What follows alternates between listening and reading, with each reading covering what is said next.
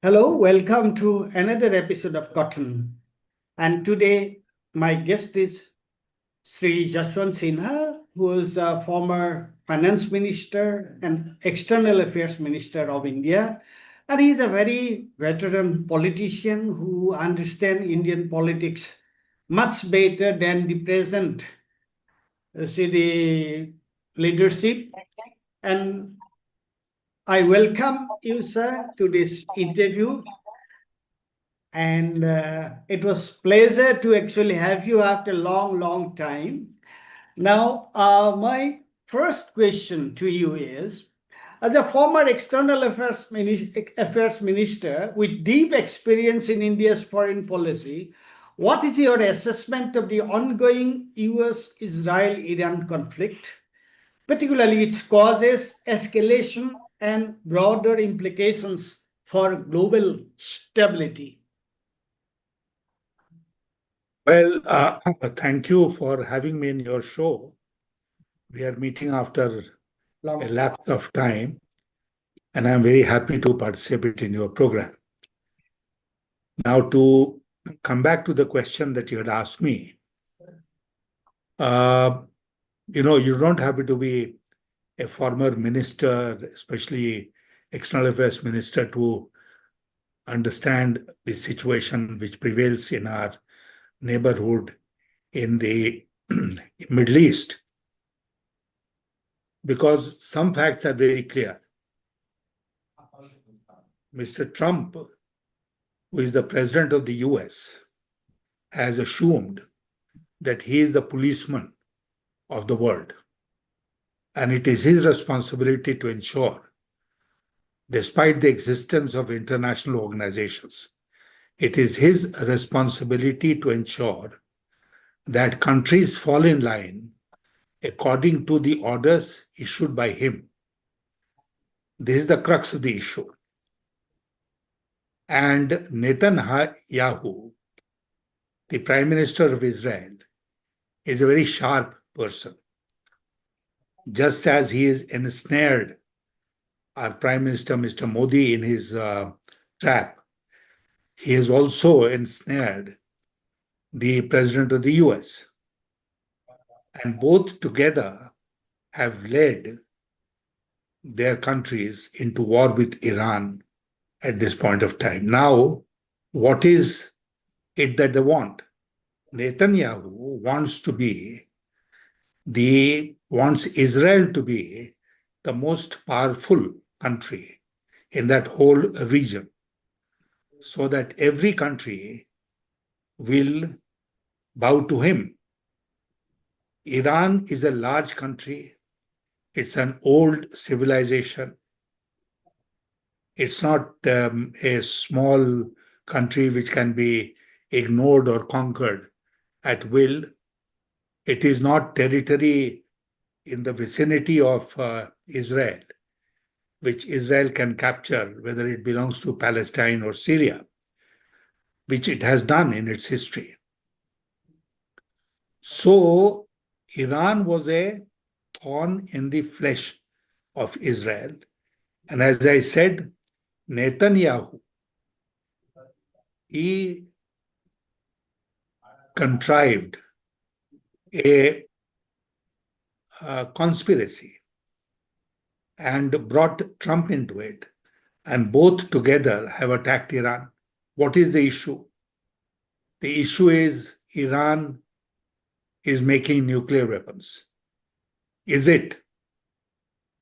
As far as making of nuclear weapons is concerned, you are very well aware that there is this International Atomic Energy Authority in Vienna, whose responsibility it is to keep track of all the developments in the nuclear field.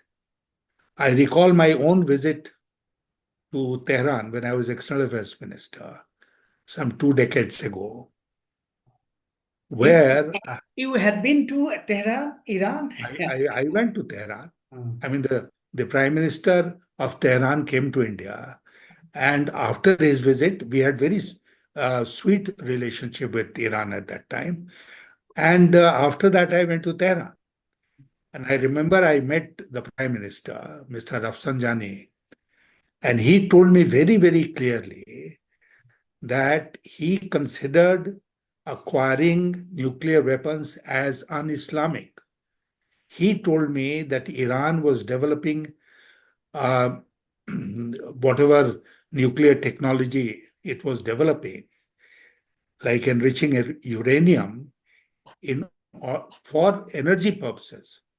You are aware of the fact that in our country and many other countries in the world, atomic energy is a very important source of energy in the country's energy basket. So he told me that they were enriching uranium in order to promote and expand their energy program.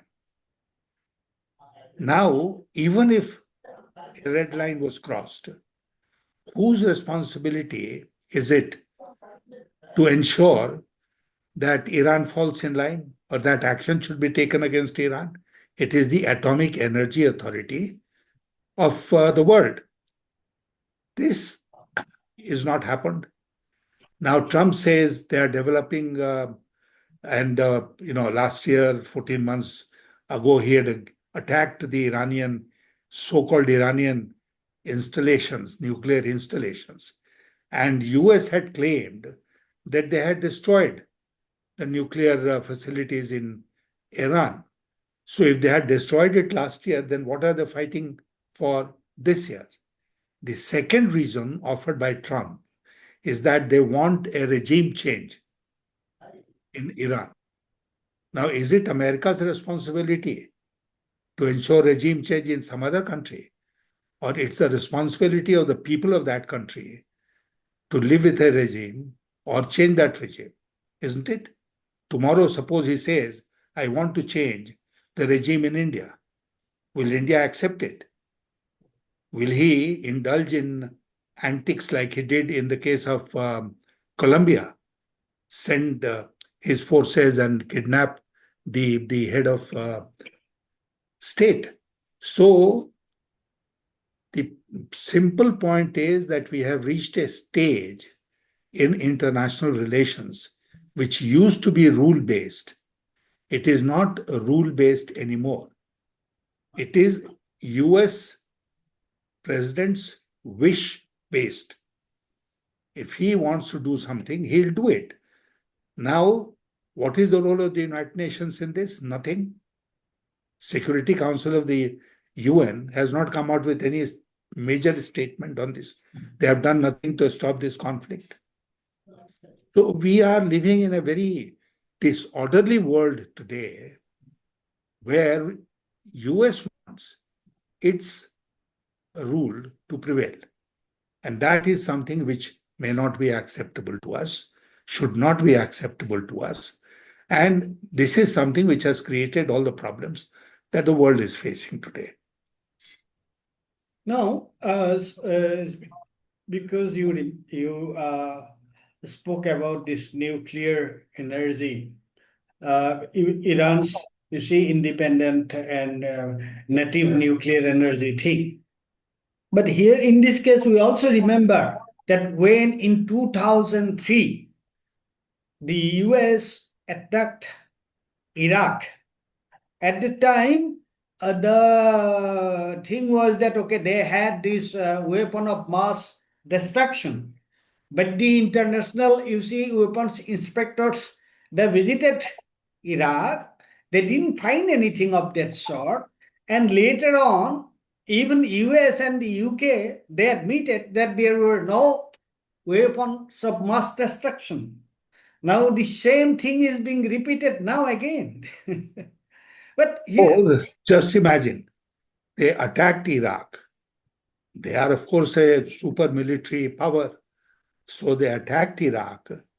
They defeated Iraq. They captured Iraq. Later on, they captured the Saddam Hussein and then hanged him. For what? For because they didn't like his face. Because they didn't discover any weapons of mass destruction, even when they were in occupation of Iraq for many years. So all this, and I remember the US had said in the Security Council, at that point of time. They said it in the Security Council, not to the media, that Iraq had weapons of mass destruction. Now, that is the level of their honesty, that is the level of their information, that is the level of their behavior. No, here actually, you say that, okay, anybody will understand it. One need not be external affair ministers to understand these things. But one question comes here. You see, when many Americans, even many war analysts are saying that for last few decades, this American foreign policy or American defense policy is being controlled by Israel.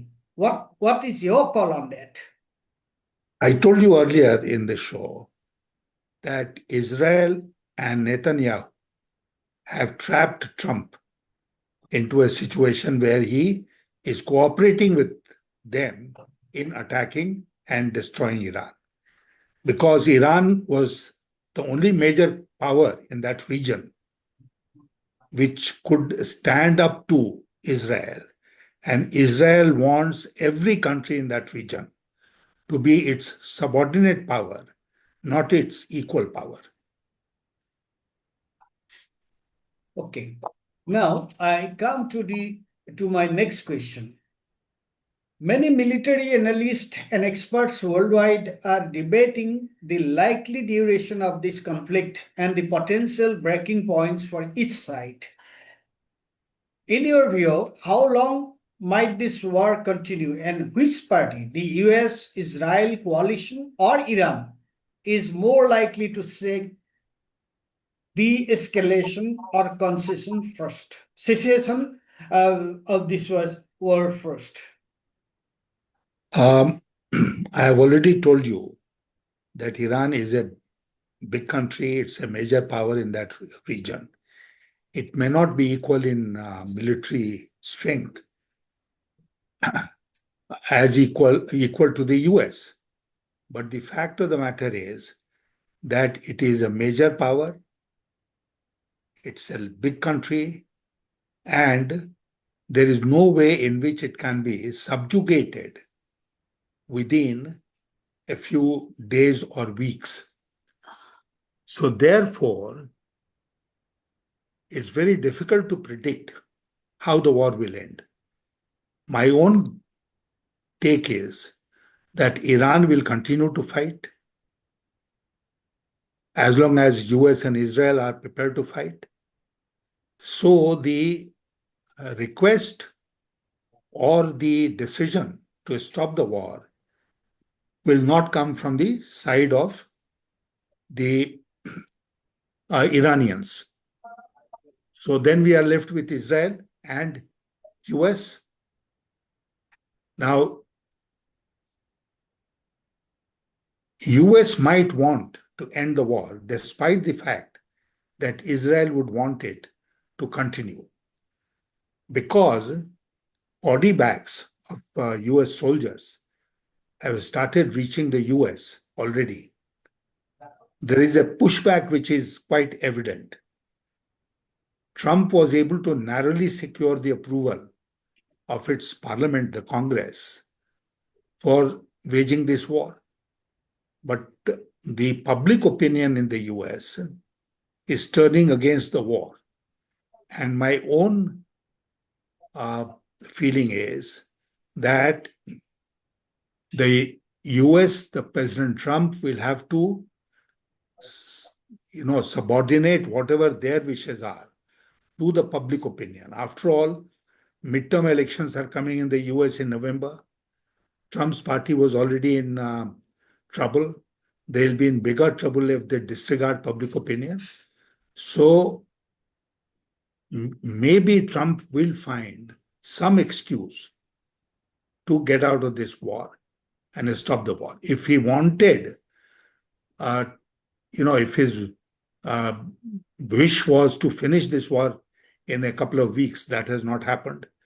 If he thought that Iran will surrender, this will not happen. If he thought that he will ensure regime change in Iran, that has not happened. So none of the objectives of Israel in US have been achieved. But US will have to think.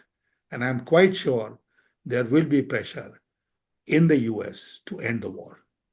I think what you have said just now, that's most of the actually war analysts are saying that. Most of them are saying that. And one interesting thing is that this time, I think the UK is not supporting this effort, war effort of the US. Yes, none of the US allies have come strongly forward except Israel to support this war. So that is another disincentive for US to continue this war. Good. Now, I'm coming to India this time.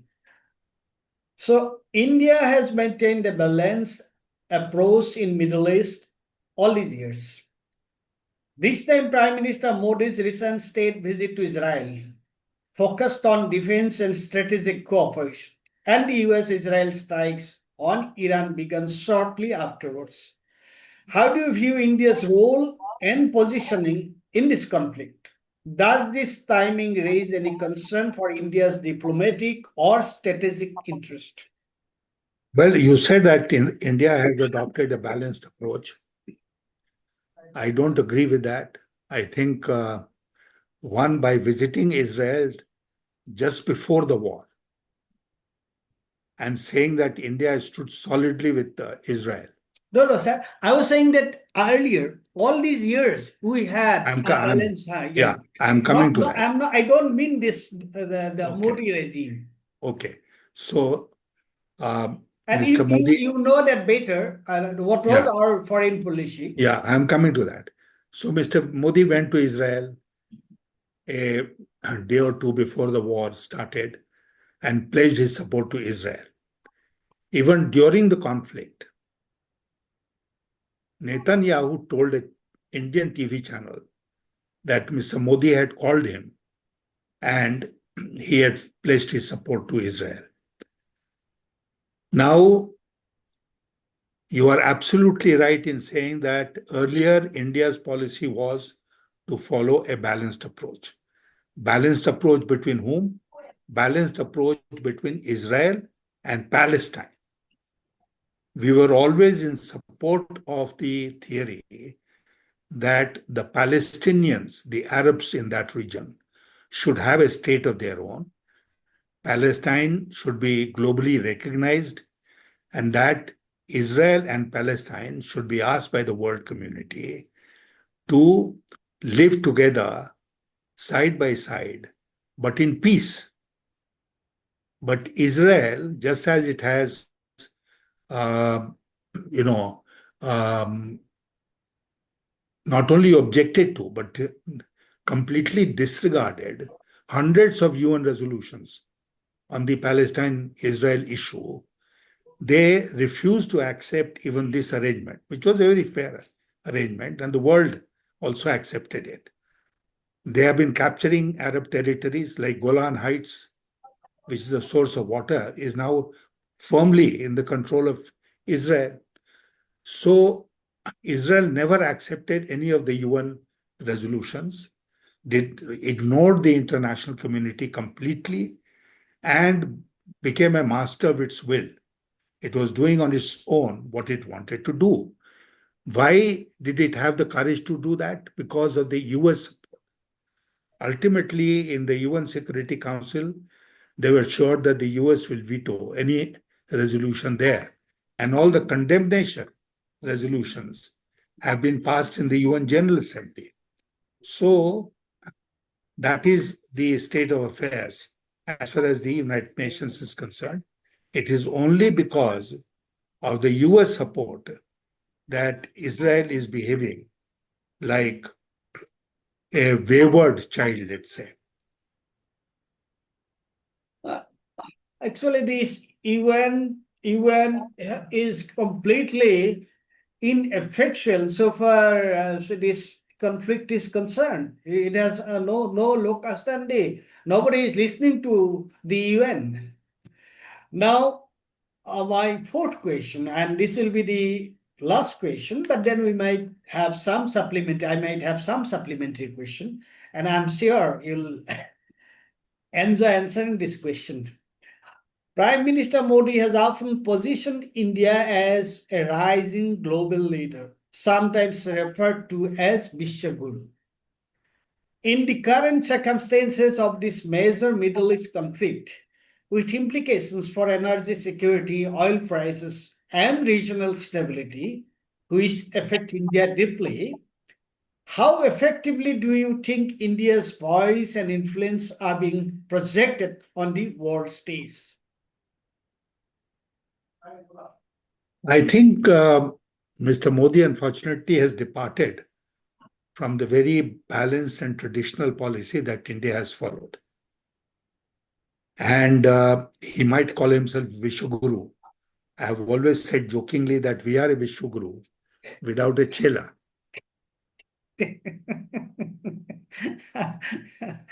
We don't have a single Chela. We don't have a follower. Not even in our immediate neighborhood. And that was proved when we had that small little 4-day conflict with Pakistan, the so-called Operation Sindoor, where no country showed its support to India. No country, except one, which was Taliban in Afghanistan. Everyone else kept quiet or gave us sermons. We sent delegations of parliament members. They also went, had a good time, came back, nothing happened. So we have, under the leadership of Vishwaguru, not only don't have any followers, we have become friendless. We don't have any friends in the international community today. And on top of it, US, the super policeman of the world today, is not only fighting in Israel, in Iran, it is also subordinating India to its wishes. And Mr. Modi is quiet, whether it's a trade deal or Trump's claim that he has stopped the India-Pakistan war, or any other claim for that matter that the US may be making. I mean, their deputy secretary of state, which is a small functionary in their foreign office, he comes to Delhi in Sina dialogues, and he tells us in our face, on our territory, that we'll not make the mistake that we made in the case of China, and will not India become another China. Which means what? That they will control our economic policy, they will control our growth rate, and they're already controlling our foreign policy. So we have become, abandoning decades of the policy that we had followed of non-alignment, we have become today almost a vassal state of the US. And the foreign policy of India is not being made in Delhi, it is being made in Washington. This is a very, very serious statement that India has turned itself into a vassal state of the US, and our foreign policy is being made not in India, not in our land, but in the US. And recently, after this oil, while buying oil from the Russia, they say that okay, the Treasury Secretary, they say that okay, we have permitted. Allow is the word they used. No, but go back a few months. It all started with the US sending our so-called illegal immigrants to the US in chains by their aircraft. You remember that? Yes. So many aircraft came to India. Indians were chained to their seats, hand and foot, and we did not protest. That is when Trump must have realized that we have a very weak prime minister in Mr. Modi. And for whatever reason, Mr. Modi will not protest against any action of the US, whether it is because of Epstein files or it's because of some other reason, I don't know. But the fact is that Trump has some control over Mr. Modi, and Mr. Modi will never oppose anything that Trump does. That is the unfortunate situation in which we find our country today. Sir, you are in politics and you have seen politics, say maybe 5 decades. For last 5 decades, you have witnessed the political changes in India. And have you ever seen India abandoning its, neutral or uh, foreign policy, non-aligned foreign policy to this extent? No, Ever? never, never. You see, I like to tell you that one speciality, a special thing about a freedom movement was the huge moral content in it under under Gandhiji. And therefore, India's foreign policy, which evolved not after 1947, but evolved earlier during the freedom struggle, had also had a big moral content. And Nehru became an international leader even before he became the Prime Minister of India. And as Prime Minister of India, he was internationally acclaimed because he became leader of the non-aligned movement. You know, you'll recall the three people, Nasser of Egypt and Tito of Yugoslavia and Pandit Nehru. They were the leaders of the non-aligned movement, and it had a major role in international affairs. Now, when Mr. Modi became Prime Minister, the first thing he did was abandon non-alignment. There was a conference of non-aligned nations after he became Prime Minister, which he refused to attend. We did not send a delegation. Nobody went to that conference. And that was signal for the end of the non-aligned movement. So non-alignment is dead. India is on its own. I'm making another point to you. We are the chairman of BRICS at this point of time. Has Mr. Modi called a meeting of the BRICS nations to decide what line should be taken by BRICS nations to end this conflict? If any other prime minister in India would have taken steps, considering that so many lives are being lost, considering the damage which is being done to our own economy, any other prime minister would have taken the lead to ensure that this conflict was stopped. And we, as chairman of the BRICS, would have support of many other countries today. So that is the role that India should have played. But Mr. Modi is so afraid of the US. He's subordinated himself so much to President Trump that he will not assume that role. And that is the tragedy for India today. Now, actually, another thing. Now, what is its implication? You see, internally for India and externally. Nothing for the time being, because foreign policy is a distant subject. Rarely has foreign policy become an election issue. And Mr. Modi has his own cut and dry formula about winning elections. You know, communal tension, this, that, and the other, free food. So he has mastered the art of buying votes. So he continues to buy votes and win elections. Foreign policy has not yet become an issue.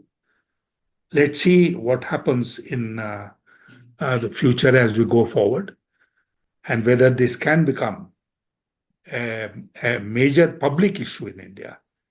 I think the responsibility lies on public intellectuals, the responsibility lies on opposition parties to take the whole issue to the people. If they succeed in convincing the people, then Mr. Modi will start worrying. As long as it's confined to the TV channels, the YouTubes, and the drawing rooms, he is not concerned. How many people will watch you and me talking? I understand. Now, another thing I have noticed that whenever there is a crisis in the country or even externally, Modi remains silent. Otherwise, he speaks so much, but when in the real time of a crisis, he maintained a studied silence. Don't you feel so? Absolutely, absolutely. That is part of his strategy. And not to speak on issues which will state our position clearly, but might create controversy. So he doesn't want to get involved in that. And then the US influence on him. But why? I'm just ending the conversation. But then why? Why is he so timid? Why is he so scared of the US? Is there He something? has, because he has a big, chest, 56 inches. If it was it was 66 inches, then he might have stood up. 56-inch is inadequate. With this, see, it's a joke, but then it is a tragedy also. It is very tragic. So for the present situation is concerned, the kind of challenges we are facing in the country, internally and externally. But then I must thank you, sir, for sparing time to speak to us and to speak to the audience of the Northeast now. And whenever time permits, your time is available, we'll again come back to you. Thank you so much for sparing your valuable time for Thank you. the audience of the Northeast now. Thank you, sir. Thank you. Take care.